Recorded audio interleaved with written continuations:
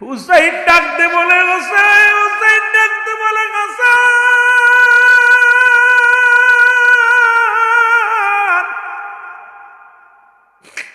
তোকে কি বিষ পান করাইলো একবার বল। বলে ভাই রে, আমার নানাজির দোয়া কবুল হয়ে গেছে। নানাজি বলেছে এমন একটা দিন আসবে, সেদিন বড় মুসিবতের মধ্যে পড়ে যাবে, সেদিন বড় বিপদের মধ্যে পড়ে যাবে। হুসাইন, ও হুসাইন, আমার আহলে বাইতদেরকে, নবীর আহলে বাইতদেরকে রেখে গেলাম। ও ভাই কথা দে রে, কথা দে, যতদিন দুনিয়ার মধ্যে বেঁচে থাকবা, যতদিন এই পৃথিবীর মধ্যে বেঁচে থাকবা, ওরে আমার নবীজির ভালোবাসা, নবীর মায়ায় এই পৃথিবীর মধ্যে ইসলামের দাওয়াত দিবা, রাসূলুল্লাহর সত্য দ্বীনের দাওয়াত গোটা মক্কা মদিনার গলি গলির মধ্যে প্রচার করে দিবা। জোরে জোরে চিল্লায়া বলা যাবে না আল্লাহু আকবার। এ ভাইরা আমার, বন্ধুরা, চিরবিদায় হয়ে গেছে। ইন্না লিল্লাহি ওয়া ইন্না ইলাইহি রাজিউন। আমার বাদানরা, আমার গভীর মনোযোগ, লম্বা আলোচনা।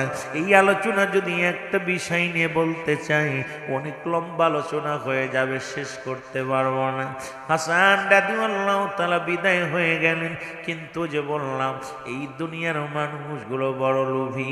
এজিদ ছিল পৃথিবীর মধ্যে সবচাইতে ক্ষমতা লোভী। এজিদের ধারণা ছিল যেহেতু বাবা দেশের প্রধান, ইমামের যুগ, ইমামের পরে আমি দায়িত্ব আসবো, এই চিন্তা তার মাথার মধ্যে ছিল। যে কথা সেই কাজ, ও আমার বাজানেরা শুনে নাও। এ দুনিয়ার মধ্যে পসা হাসানকে দুনিয়া থেকে বিদায় করে দিল।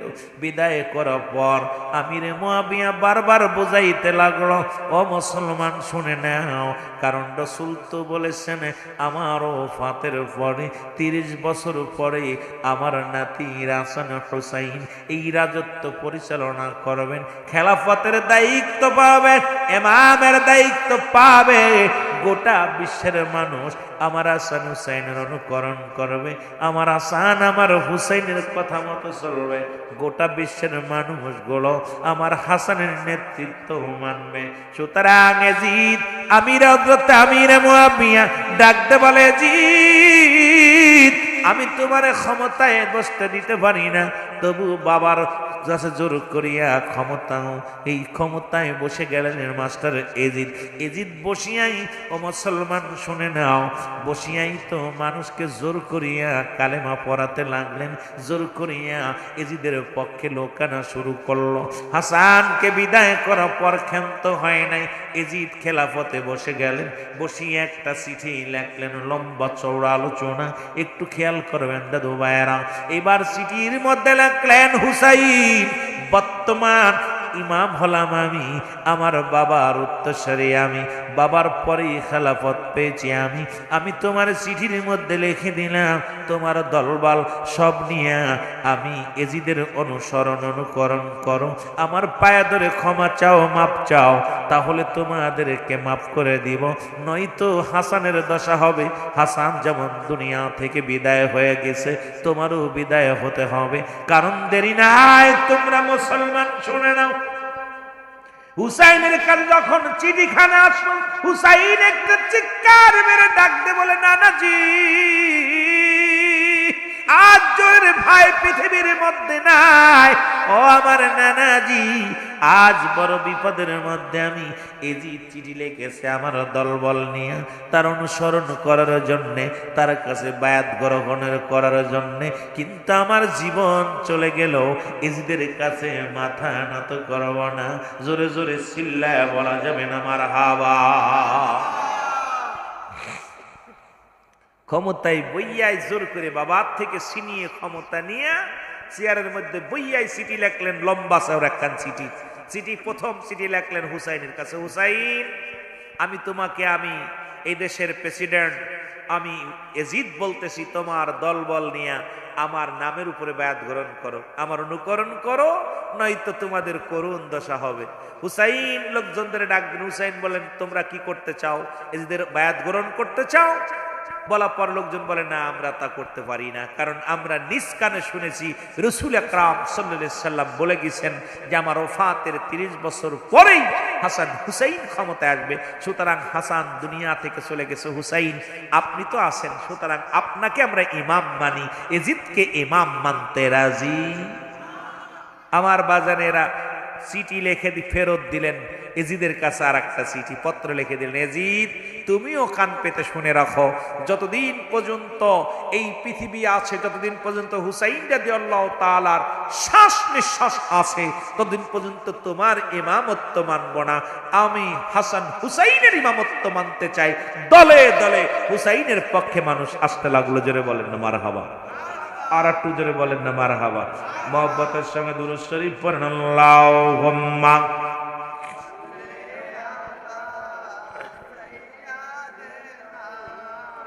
আরো জোরে বলেন ওয়ালা আলি সাইয়্যিদিনা।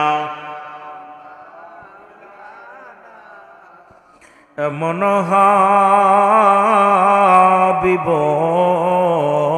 আমার মুক্তির কারণে এলো,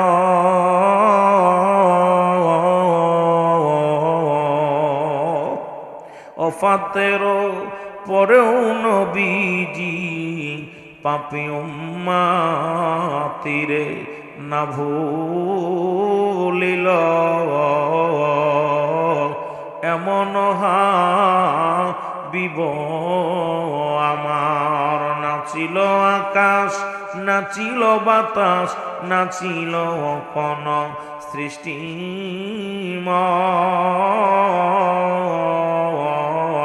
রাসূল তোমারই কারণে বিশাল ভুবনে আমার আল্লাহ জির পরিচয়। আল্লাহুম্মা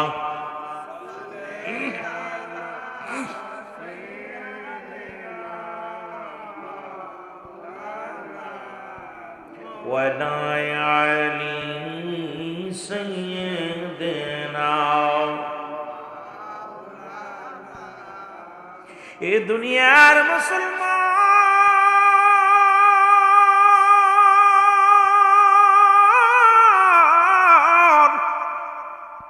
এজিদের ষড়যন্ত্র চিঠি পাইয়া আরো ক্ষিপ্ত হয়ে গেল।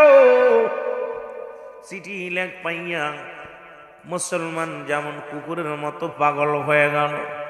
এজিদ চিন্তা করে, যেভাবে মুসলমানেরা ইমামের অনুসরণ করে, হুসাইনের অনুসরণ করে, এইভাবে যদি চলতে থাকে রে, আমি এজিদের পায়ের নিচে মাটি থাকবে না, ৭৬ দূরের কথা।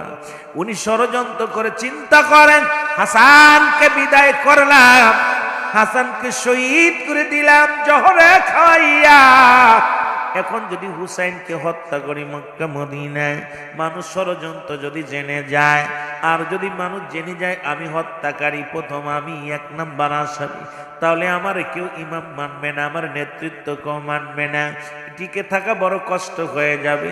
কিন্তু আমার শত্রু আর কেউ নাই, মক্কা মদিনার কেউ শত্রু নাই।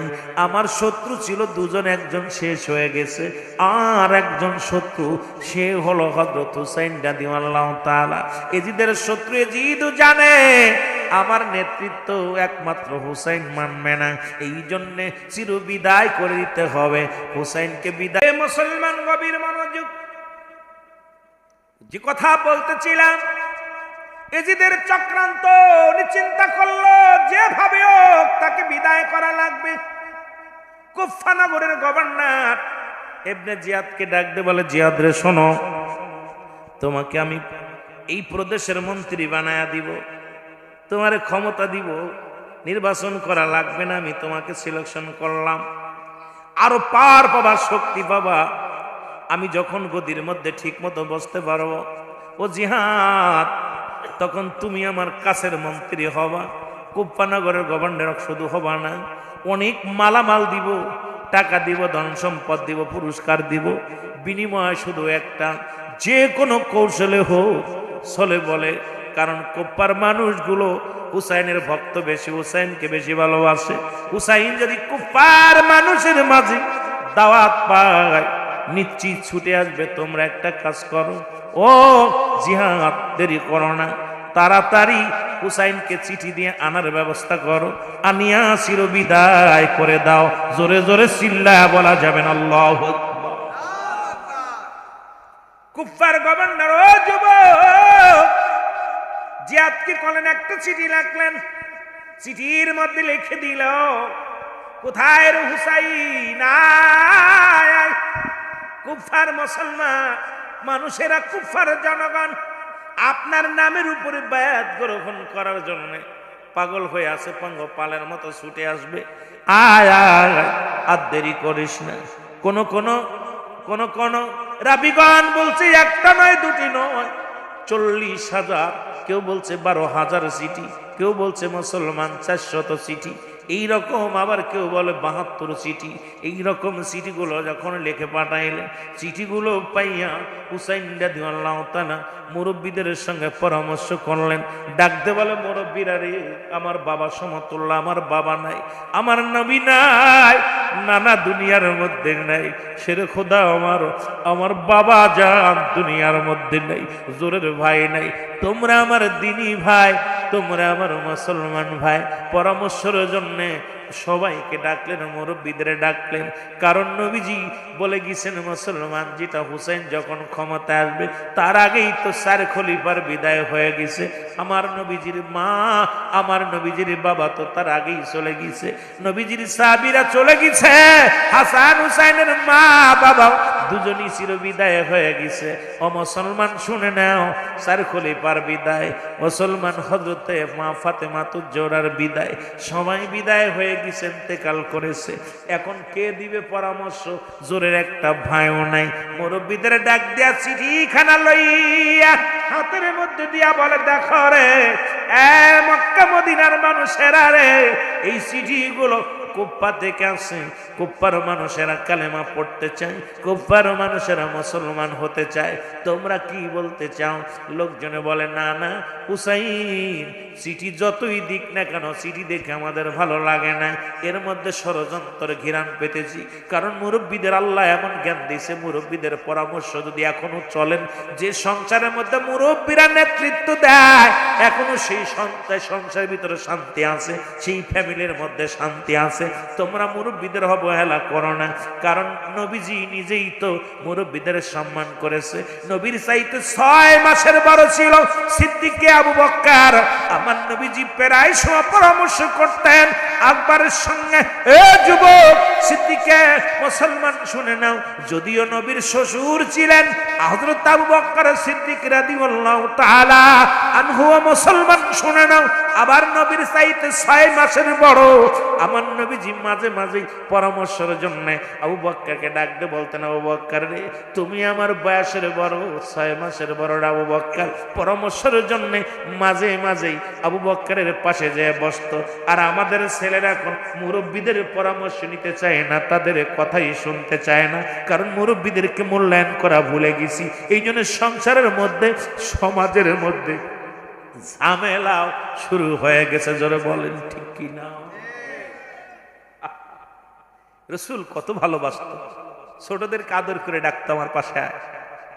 আর মুরব্বীদেরকে রাসূল সবসময় সম্মান করতেন, ইজ্জত করতেন, কারণ একদিনের যে বড় আপনার চাইতে মনে করবেন সে জ্ঞানী বেশি, সে আপনার চাইতে একদিন আগে আসছে, আপনার তার অভিজ্ঞতা বড়।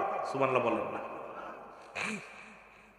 আমার ভাইরা, আমার বন্ধুরা, আমার গভীর মনোযোগ, রব্বুল আলামিন এমন নেই পরামর্শ করিয়া সবাই বললেন না, এ হুসাইন, কিছুদিন আগে হাসানকে হারাইলাম আমরা, এখন তোমাকে ছাড়তে পারি না, কারণ আমরা নিজেরা খবর নিব আমাদের মধ্যে কে আসো যাবা, কুফানগরে যাওয়ার জন্য প্রস্তুতি আসো। হুসাইনকে ডাক দেওয়ার সঙ্গে সঙ্গে, হুসাইন বলার আগে মুসলিম বিন আকিল, হুসাইনের স্বাস্থ্য ভাই মুসলিম বিন আকিল ডাক দে বলে, হুসাইন আমি যাব রে, কুফা নগরে যাব, চিরবিদায় দাও, আমি যাব কুফা নগরে। জোরে জোরে চিল্লায়া বলা যাবে না মারহাবা। মুসলিম বিন আকিল বলতেছে, ভাই আমাকে দাও, জীব আমি যাব, দেখে আসি কি অবস্থা। মুসলিম বিন আকিল রওনা দিলেন। যুবক বন্ধুরা আমার শোনে নাও, ইতিহাস বলতে গেলে অনেক লম্বা চওড়া লাগে, যদি এখন আশপাশে একটু বলতে যাই সময় লাগবে, আপনাদের লস হবে। মূল ইতিহাসটা আমি তুলে ধরবো, যেটা বোঝার জন্য ভালো হবে না মুসলমান বাবারা আমার। মুসলিম বিন আকিল বাড়িতে গেলেন। এবার কুফায় যাওয়ার জন্য যখন রওনা দিছে, দুটি সন্তান তার মুহাম্মদ ইব্রাহিম নামে দুটি ছেলে ডাকতে বলে, আব্বা যান কই যান গো?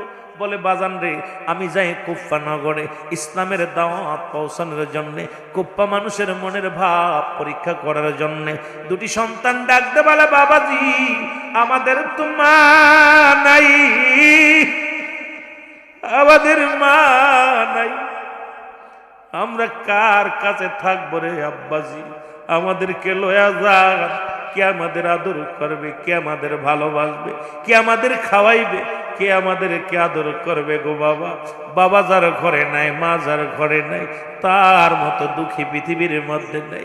যেহেতু আমাদের মা বেঁচে নাই, বাবা গো আপনার সঙ্গে সফর সঙ্গী হয়ে যেতে চাই। দুই সন্তানের হাত ধরে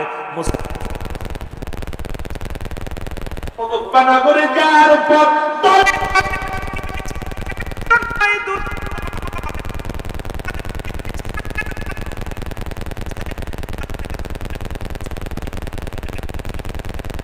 করছে জোরে জোরে বলা যাবে না।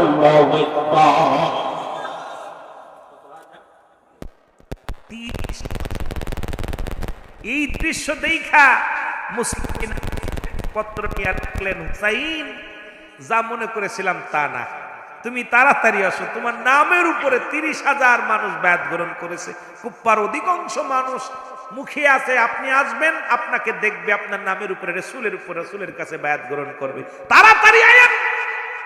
চিঠিখানা লিখে দিলেন, ও যুবক পারলাম না রে আমি, যাইতে পারলাম না, বলেন কারবালায় যাইতে পারলাম না রে আমি। মহব্বতে সিল্লায় বলেন, কারবালায় যাইতে পারলাম না রে আমি। কোথায় আছেন গো ও হুসাইন,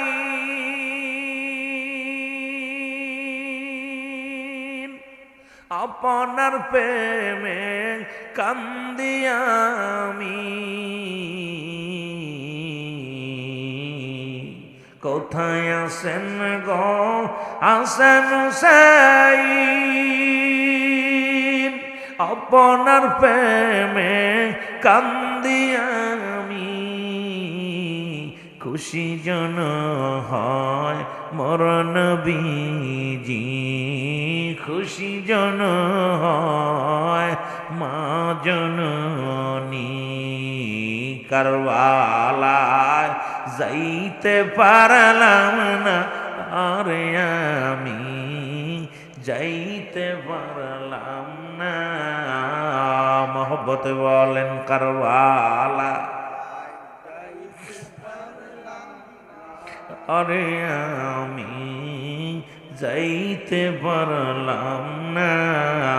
মহব্বতে আরো জোরে বলেন কারবালায়, আরে আমি যাই। আজ শুনি ওই কান্নায় আমি, তাই তো হুসাইনকে ভালোবাসি। আজ শুনি কান্নায় আমি, তাই তো আহলে বায়দেরকে ভালোবাসি। কোথায় আছেন গো মা জননী, কোথায় আছেন গো মা জননী, ফেলছি আমরা চোখের পানি। কোথায় আছেন গো দুঃখিনী মা জননী, ফেলছি আমরা চোখের পানি। কারবালায় যাইতে পারলাম না রে আমি, যাইতে পারলাম না। বলো কারবালায়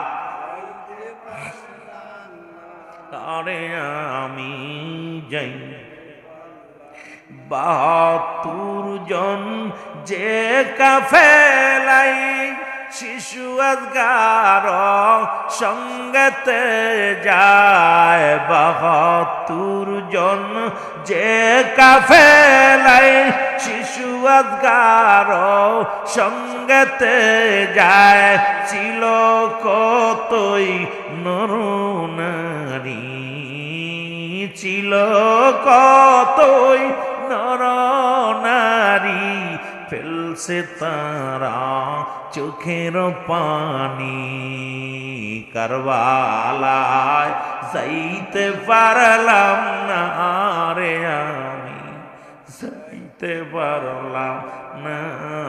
কারবালায় যাইতে আরে আমি। এ দুনিয়ার মুসলমান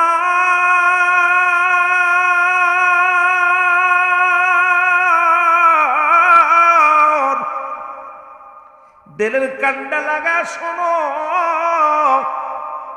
আমার আগের বক্তা হাসান রাদিয়াল্লাহু তাআলা ২০ পান পর্যন্ত রাখলেন, আমি সেখান থেকে আলোচনা শুরু করব।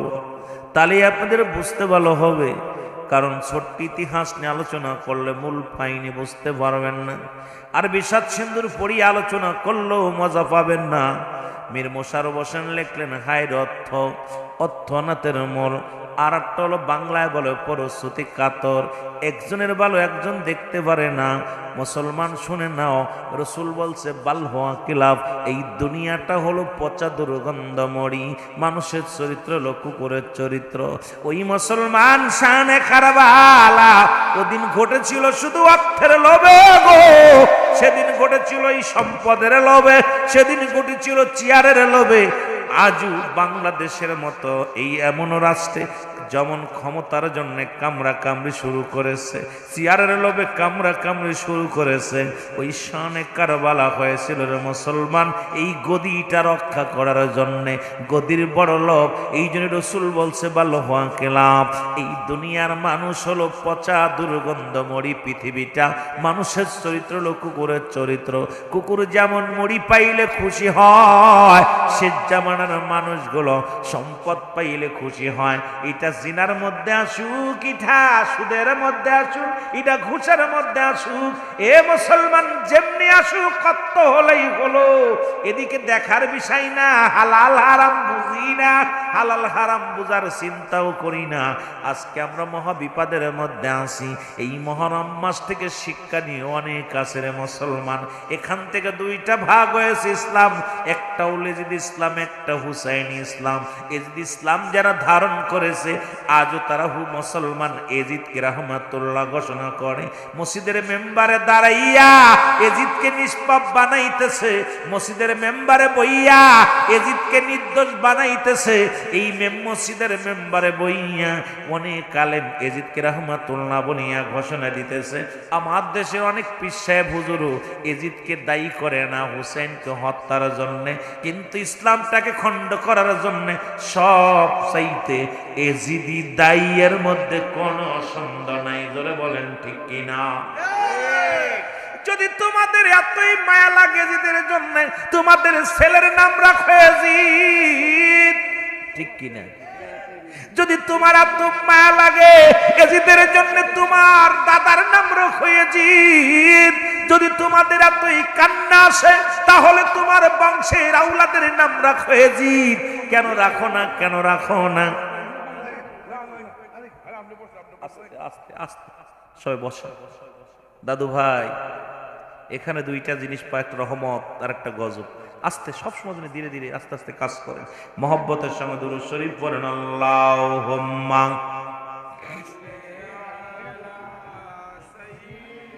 ইশারায় কাজ করবেন, ইশারায় কাজ করবেন, সব ইশারায় বসে দিবেন। ওয়ালা আলি সাইয়্যিদিনা চিরবিদায় দেও হে ও ভাই হোসেন রে, ডাকিতেছে নানাজি আমার,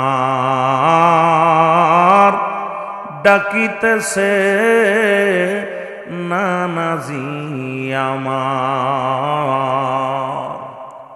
হাসানকে যখন বিষ পান করালো, হুসাইনকে ডাকতে বলে জোরের ভাই কই রে ভাই, যেখান থেকে আলোচনা আগে বলছি শেষ করেছে।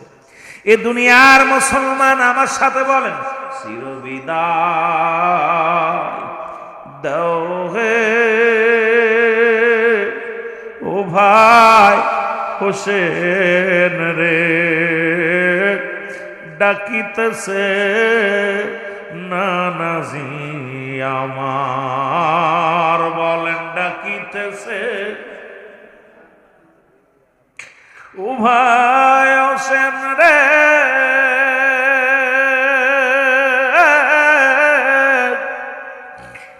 একই সাথে খেলতাম দুজন, আমার নানাই করতো কত আদর, আজি আমি নানার দেশে যাই ও ভাই হোসেন রে, ডাকিতেছে নানাজি আমার, বলো ডাকিতেছে। চোখের পানি হাসান হুসাইনের মহব্বতে যার অন্তর দিয়া চক্ষু দিয়া মাছের চোখের মতো একটু পানি গড়ায়া পড়বে, রাসূল পাক সাল্লাল্লাহু আলাইহি সাল্লাম ইয়াউমুল কিয়ামতের ময়দানে হাত ধরে জান্নাতে নিবে। মারহাবা বলেন না? ওরে ডাকিতেছে নানাজি আমার, বলো ডাকিতেছে নানাজি ও ভাই হোসেন রে,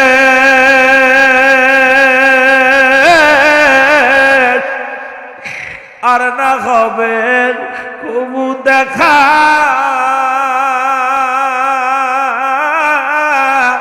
বইলা যাই তোমায় কিছু কথা, আসবে বিপদ আমার পরে এ তোমার ও ভাই হোসেন রে, ডাকিতেছে নানাজি আমার, বলো ডাকিতেছে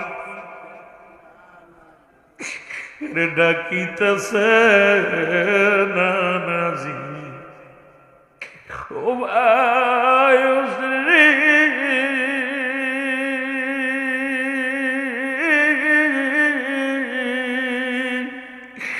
আসলে বিপদ ওই না দিনে না বলিও দেশের মানুষকে, ডাক দিও সেদিন ডাক শুনিবে না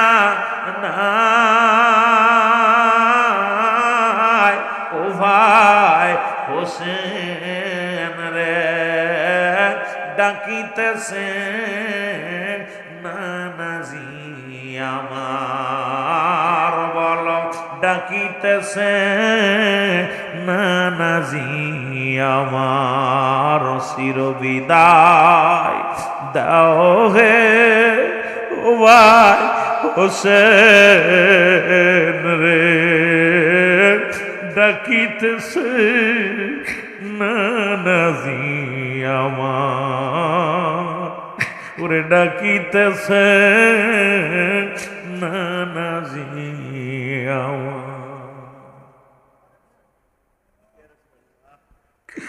হে ভাইয়েরা আমার, বন্ধুরা আমার, সাইন হায় মহারামের চাঁদ উঠেছে, কান্দে বিশ্বের মুসলমান। আল্লাহ আল্লাহ। আরে যাই হোসেন রে হাসানাই হোসেন, আরে হাসান কান্দে বাংলার মুসলমান, মহারামের চাঁদ উঠেছে, কান্দে বিশ্বের ঈমানদার। আল্লাহ আল্লাহ। লা ইলাহা ইল্লাল্লাহ মুহাম্মাদুর রাসূলুল্লাহ। এই পাশে কারাই কথা বলে কারা?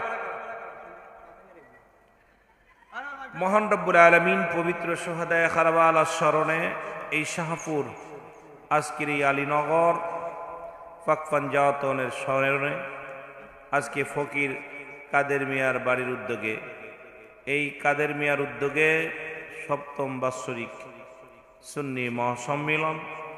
রব্বুল আলামিন আপনাকে আমাকে আসার মতো বসার মতো সুযোগ আল্লাহ দান করল। উচ্চ কণ্ঠে আওয়াজ দিয়ে বলেন আলহামদুলিল্লাহ।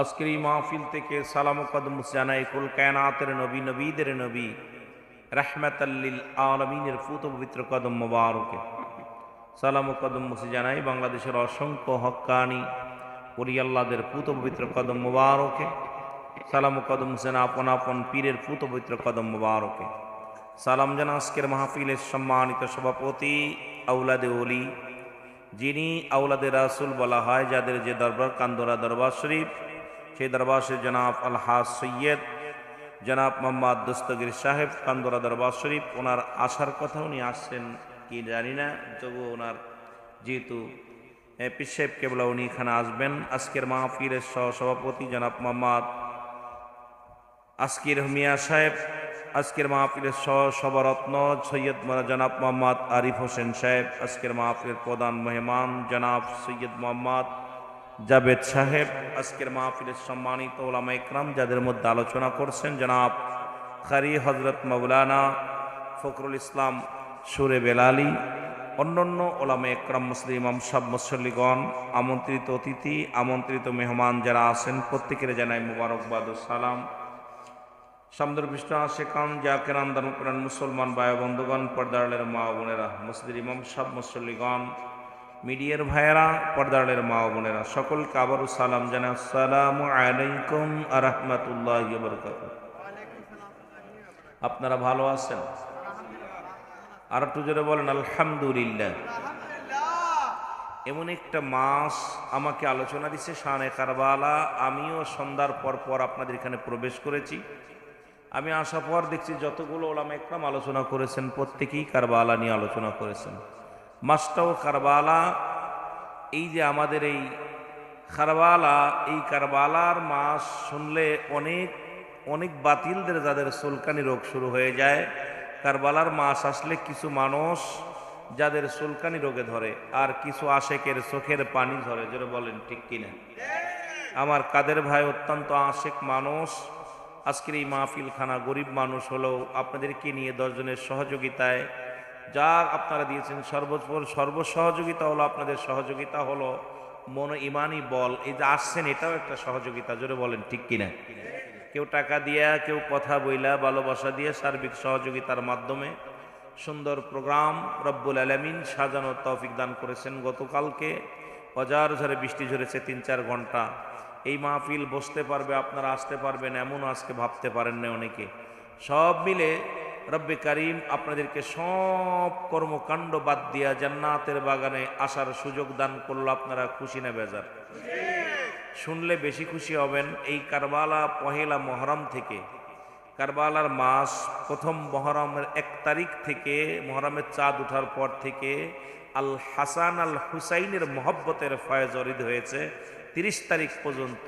এই একটা মাস আল হাসান আল হুসাইনের মহব্বতের ফয়েজ আশেকদের দিলে অন্তরে ফায়দা হয়। সুবহানাল্লাহ বলেন না? কয়টা মাস?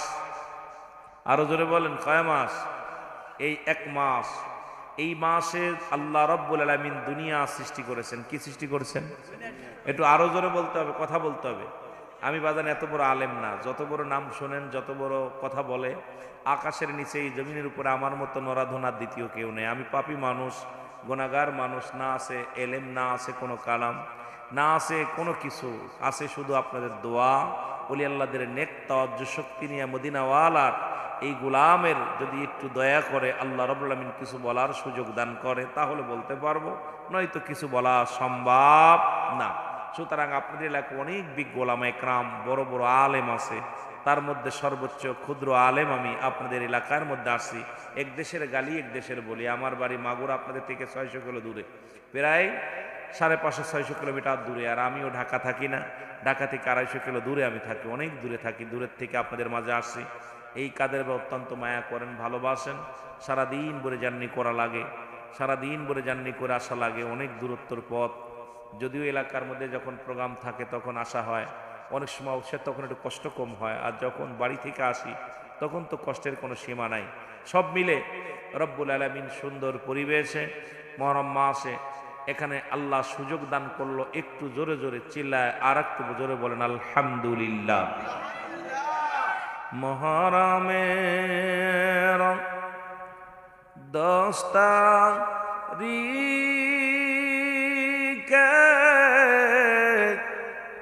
কি ঘটিল রব্বানা,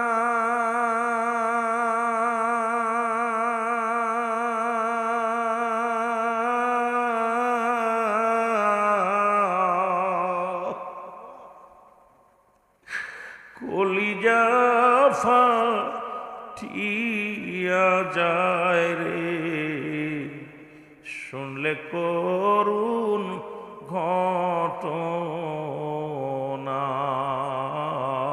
কলিজা ফাটিয়া যায় রে শুনলে এমন ঘটনা।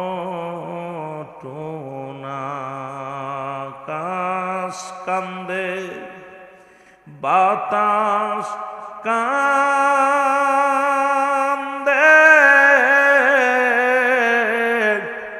কান্দে সোনার মদিনা,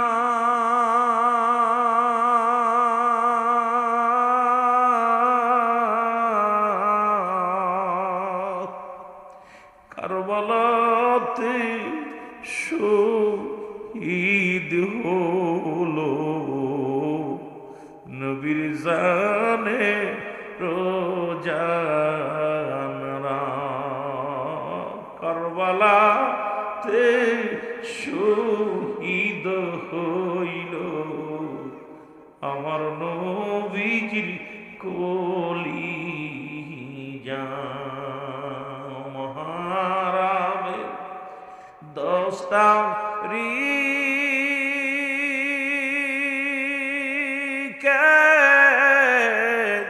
কি ঘটিল রব্বানা,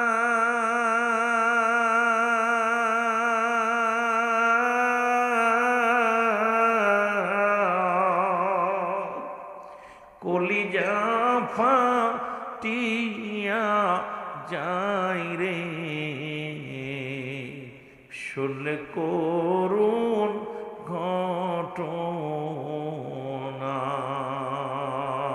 আল্লাহুম্মা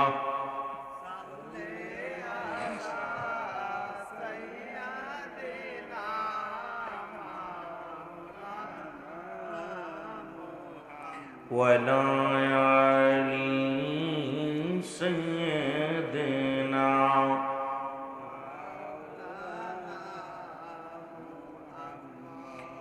এই ভাইরা আমার, বন্ধুরা আমার, সন্ধ্যা থেকে অনেক আলোচনা হলো শানে কারবালা, হাসান হুসাইন দুটো ফুটন্ত গোলাপ, জান্নাতের দুটো ফুটন্ত গোলাপ।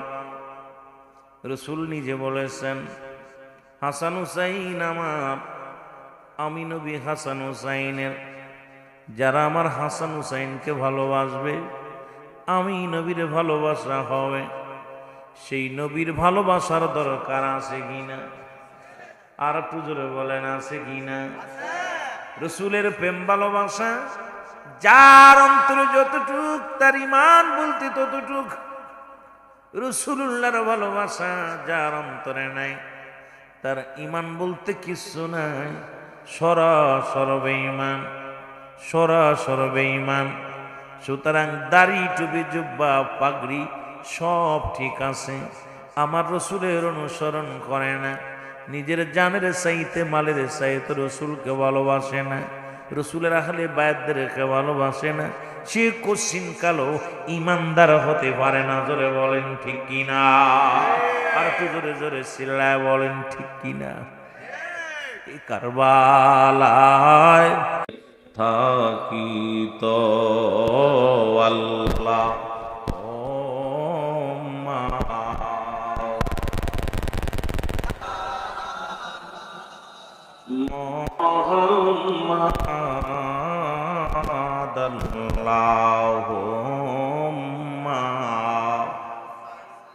বাজান মহব্বতে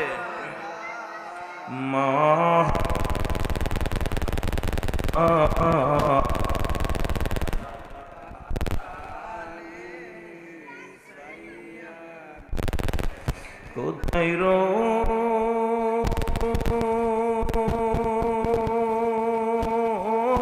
রইলেন নবী?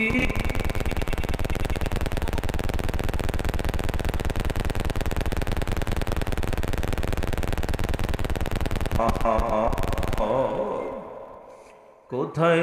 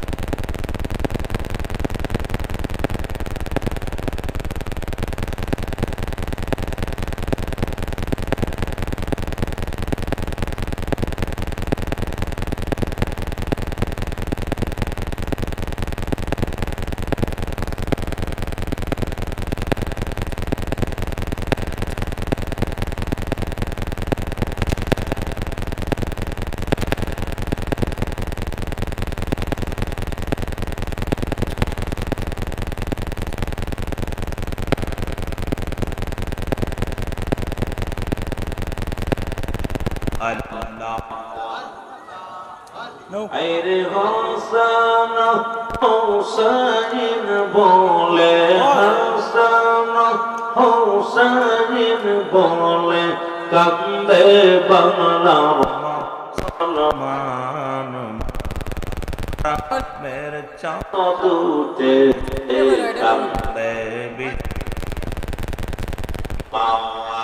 আল্লাহ আল্লাহ।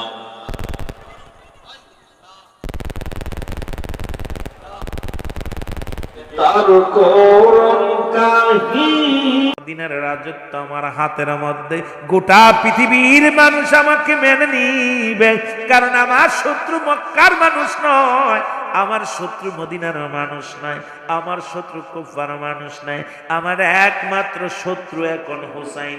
একে যে কোনো কৌশলে হত্যা করতে হবে, কিন্তু আশপাশে কোনো জায়গা মারলে হবে না, এমন কায়দায় দূরে নিয়ে মারতে হবে যেন আমার দোষ না হয়, কোনো মানুষ যেন বুঝতে না পারে আমার এই চালাকি, আমার এই মুসলমান গভীর মনোযোগ।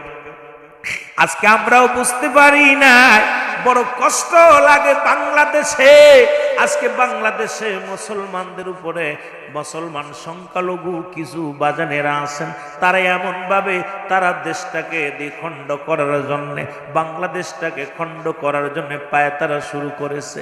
আপনারা শুনলে খুশি হবেন, জানতে পারবেন বিগত দিনের সরকার, আমাদের দেশে যারা নেতৃত্ব ছিল, আগে পরে যারা ছিল, বাংলাদেশে মোট 650টে থানার মধ্যে 500 মুসলমান, 28টে ওসি হলো হিন্দু, বাংলাদেশের ওসি হলো হিন্দু, আর 118 জন হলো মুসলমান ওসি। যেখানে মুসলমান, প্রতিটা থানার ওসিগুলো হলো হিন্দু। আজকে মুসলমান নির্যাতিত হওয়ার জন্য যে ডিপার্টমেন্টে যাবেন, বড় বড় নেতৃত্বে আছে যারা হিন্দু, বড় কষ্ট লাগে। যারা মুসলিমরা আজকে তাদের বড় চেয়ারখানা দখল করে আছে, যার জন্য 95% মুসলমানের রাষ্ট্রে, 95% মুসলমানের রাষ্ট্রে বইয়া কিছু সংখ্যালঘু মানুষ মুসলমানদেরকে চলে যেতে বলে পাকিস্তানে, মুসলমানদেরকে বলে তোমরা দেশ থেকে চলে যাও, আমরা মন্দির বানাইব, পূজা করব। এই সাহসটা দেওয়ার পিছনে আমাদের নেতাগুলোই যথেষ্ট। মুসলমান শুনে নেন, আজকে দেখেন যেখানে যাবেন সেখানেও মুসলিমরা, মাদ্রাসা ডিপার্টমেন্টে অমুসলিম, ধর্ম মন্ত্রণালয় অমুসলিম, মুসলমান শিক্ষা বোর্ডে, ধর্ম ইসলামী মাদ্রাসা বোর্ডে বড় বড় পদে আছে অমুসলিম। এর একটা কপাল মন্দ, তাদেরকে আমরা কোলের মধ্যে নিছি। সাপগুলো কখনো বিশ্বাস করা যাবে না, সাপ যখনই কোষের মধ্যে নিবেন আপনাকে আঘাত করবে। আজকে আপনারা বুকে টেনে নিছে আমরা মুসলমান, বুকে নেওয়ার কারণে আজকে মুসলমান শুনে নাও, শুনে নাও, আজকে মুসলমান শুনে নাও, 326টা মসজিদ এবং মাদ্রাসা ভারতের মধ্যে গুড়িয়ে দিছে, সেখানে কোনো মাথা ব্যথা নাই। আর আমার দেশে মুসলিমেরা আমাদের মাথার মধ্যে আছে, কোলের মধ্যে আছে, তারপরও দাদাদের কাছে নালিশ করে, তারপরও বিশ্বের কাছে নালিশ করে। এর জন্য দায়ী আমরা মুসলমান, কারণ আমার রসুল বলছে যখন তোমরা রাস্তা দিয়ে প্রবেশ করবে, কোনো অমুসলিমকে দেখবে এমন ভাবে রাস্তা দিয়ে চলবে, সেজন্য বাধ্য হয় তোমাকে পথ দিতে। তুমি খবরদার তুমি তাকে রাস্তায় সাইড দিবা না, সে তোমাকে বাধ্য হবে সাইড দিতে। আজকে নিজে আনিয়া চেয়ারে বসাইয়া দাঁড়ায় থাকো তুমি। আজকে এই জন্য কপাল পুড়তেছে মুসলমানদের, জোরে জোরে বলেন ঠিক কিনা। যদিও সোহাদায়ে কারবালার মাহফিল, কিছু কথা বলা লাগবে, কারণ আমার তো মরতে হবে বাংলাদেশে। রাসূল নিজে বলে গেছে, যখন কোন মুসলিম এক রাস্তা দিয়ে কোন মুসলমান এবং অমুসলিম যাবে, তোমরা এমন কায়দায় চলবে সে বাধ্য হবে তোমাকে রাস্তা ছেড়ে দিতে, তুমি তাকে সাইড দিবা না। আর আমরা এই না চেয়ারে বসাইতেছি, আমরা চেয়ারে বসাইতেছি, ওরা সামনে দাঁড়ায় রয়েছি দেবো তার মতো। আজকে ওই চেয়ারে বইয়াই নারী কাটা জাত নারী কেটে দিচ্ছে, জোরে বলেন ঠিক কিনা। আজকে কত বড় সাহস! ছোট্ট একটা দেশে বাস করে, আল্লাহ না করুক আপনারা যারা ইন্ডিয়াতে গেছেন, ইন্ডিয়ার মুসলমান হিন্দুরা এত শান্তির মধ্যে নাই, হিন্দুরাও নির্যাতিত হয় বড় লোক হিন্দুদের কাছে।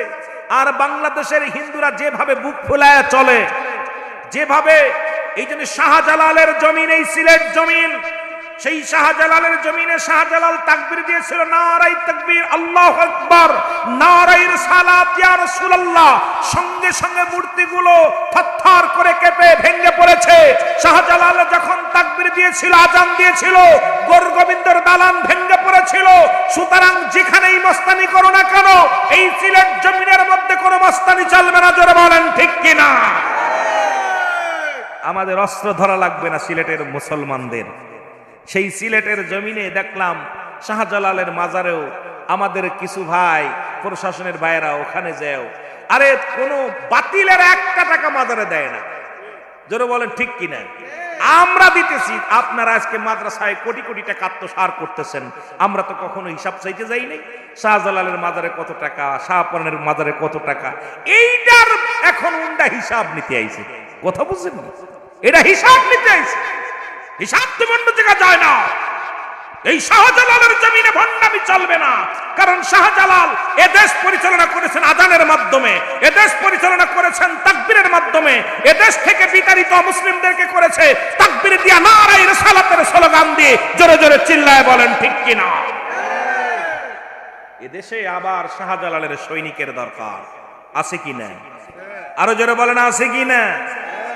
এদেশে আজকে শাহজালালকে যারা চিনলে না, শাহপরানকে চিনলে না, নাসিরউদ্দিন সিফাসালারে যারা চিনলে না, বুকার স্বর্গে বাস করতেছ, বুকার স্বর্গে বাস করতেছ। 360 জন আউলিয়া এসেছিল, তখন দাড়িওয়ালা টুপিওয়ালাদের আশা বন্ধ করে দিয়েছিল যে সিলেটের জমিনে কোনো দাড়িওয়ালা টুপিওয়ালা ঢুকতে পারবে না। আজকে সেই দাড়িওয়ালা টুপিওয়ালারা তাদের বিরোধিতা করে। কথা কি ক্লিয়ার? ভালো করে বুঝে নিয়েন। বলতেছিল যে দাড়িওয়ালা টুপি, মুরব্বীরা যারা আছে তাদের কাছে গাইবেন, দাড়িওয়ালা টুপিওয়ালা গোরগোবিন্দর ভাষণ ছিল যে যদি কোনো দাড়িওয়ালা টুপিওয়ালা এই সিলেটের জমিন আসে, 1 নাম্বার তাদের কোনো গাড়িতে যে উঠাবে, গাড়ি তার চিরতরে বন্ধ করবে, নৌকা উঠাতে পারবে না, গাড়িতে উঠাতে পারবে না, লঞ্চে যেতে পারবে না, সব বন্ধ করে দিলেন। দাড়িওয়ালা টুপিওয়ালা কেউ ঢুকবে না। 360 জন উলিয়া শাহজালাল নিয়ে যখন আসলেন, ওই আপনার কোথায় সুরমা নদীর কিনারায় বয়ে আছে, নৌকা নাই, নৌকা নাই, পার করবে, মাঝি পলাইছে, মাঝি পলাইছে, নৌকাও পারে। এখন নৌকা আসেও পারে, আনবে কে? এখন বিপদের মধ্যে আমার বাজানেরা যে উঠ নৌকা উঠবে চিরতরে তাকে শিরচ্ছেদ করা হবে। ঘোষণা দিছে গোরগোবিন্দ। কে দিছে? এই ঘোষণা দিছে যে কোন দাড়িওয়ালা টুপিওয়ালা ঢুকবে না। শাহজালাল চিন্তা করছে এই হিন্দু রাজ্য থেকে মুসলমানদেরকে বিজয় ধ্বনি বাজবেই।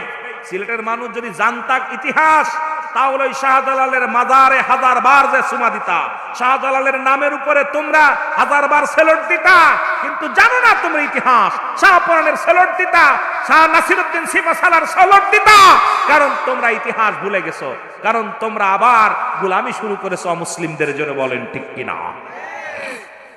আমার বাজানেরা বসে আছেন, আল্লাহ তাআলা ইলহাম দিছে ওলির কাছে, ওলিদের কাছে আসে ইলহাম। ইলহাম দিয়ে শাহজালাল, আমি তো তোমাকে বসার জন্য পাঠিয়েনি, তুমি যাও, চলে যাও। উনি বললেন আমি কেমনে যাব? কয় তুমি যার উপরে ইবাদত করো, যায় নামাজটা ছেড়ে দাও। সুরমা নদীর উপরে যায় নামাজ ছেড়ে দিয়া 360 জন নদী পার হয়েছিল, সেই জমিন হলো সিলেটের জমিন। সেই জমিনের মধ্যে কোন পেতাত্তা, কোন ভণ্ড প্রতারক পৃথিবীর মধ্যে লামাজাবি শিয়া, এই জমিনের মধ্যে কোন ভণ্ডদের আস্তানা হবে না। জোরে বলেন ঠিক কিনা? এই জমিনের মধ্যে চলবে সুন্নি আকীদা। জোরে বলেন ঠিক কিনা? কোনো ভণ্ডামি চলবে না, কারণ তারা পার হয়েছিল। তুমি একটু পার হও না, কেমনে পারো? এসে হট্টগোল করছে কেমন? ওই সিলেট থেকে তো ছাড়ছে, কোথায় ছাড়ছে? নাসিরউদ্দিন সিফাসালা এখান থেকে তীর ছাড়ছে, চলে গেছে মাধবপুরে। তীর মারছে এখান থেকে তীর মারছে। কয় কিলো হবে মাধবপুর আনতে? যে বিজয়নগরী চলে গেছে কোথায়? এই জগদীশপুর চলে গেছে। এখান থেকে তীর ছুটছে, জগদীশপুর চলে গেছে তীর। কত কিলো হবে ভাই? কয় কিলো? 10-15 কিলো যাইতে পারবেন নি? হাইটে গেলেই তো হাঁপাই দেন। আর তাদের এমন পাওয়ার ছিল, তীর ছুটছে এখান থেকে, আর সেই তীর পড়ছে জগদীশপুর চারা ভাঙ্গা যায়। আমি আশ্চর্য হয়ে গেছি, ওখানে যায় শোনা আমার মাথা খারাপ। কই তাদের এত পাওয়ার? এই পাওয়ার দেশে কে? আর তাদের সাথে বিয়াদবি করো তোমরা বাজান, বড় কষ্ট। যাব আমরা ধীরে ধীরে। একটু মহব্বতের সঙ্গে দুরূদ শরীফ পড়ুন। আল্লাহুম্মা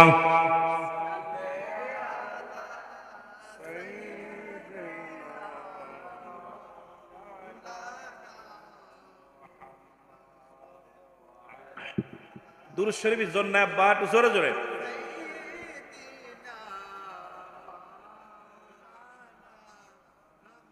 আল্লাহুম্মা